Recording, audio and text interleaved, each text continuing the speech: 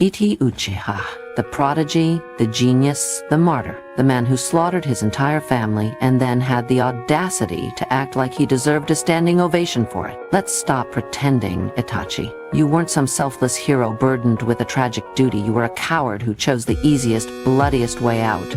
You were backed into a corner, given a choice between rebellion and genocide, and instead of fighting for something better, you picked up a blade and turned it on the only people who ever loved you. And why?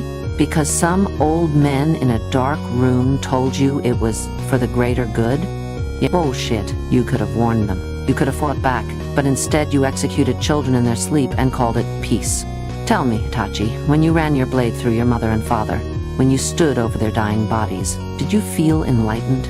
Or did you realize, just for a second, that you'd become the very monster you claimed to hate? You weren't a saint. You weren't a savior. You were a fool with a god complex, so obsessed with playing 4D chess that you forgot the entire board was drenched in blood.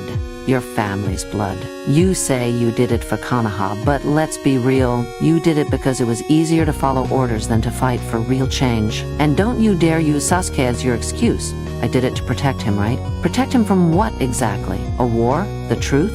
The right to make his own damn choices? You didn't protect Sasuke, you destroyed him. You turned your little brother into a revenge-obsessed lunatic, warped his mind so badly that he had to kill you just to find out the truth. And even then, you couldn't leave him alone. You had to crawl back from the grave with your reanimation talk no jutsu and keep the cycle going. And now, you are just a ghost. A legend people use to romanticize suffering. A tragic icon for fanboys who want to act like mass murder is somehow noble if you're sad enough about it. But the truth? The truth is that you died the way you lived, running from consequences, hiding behind duty, and leaving Sasuke to clean up the mess you were too much of a coward to face. So, tell me, Itachi, was it all worth it? Or was your genius-level IQ just an excuse for the dumbest decision in Uchiha history?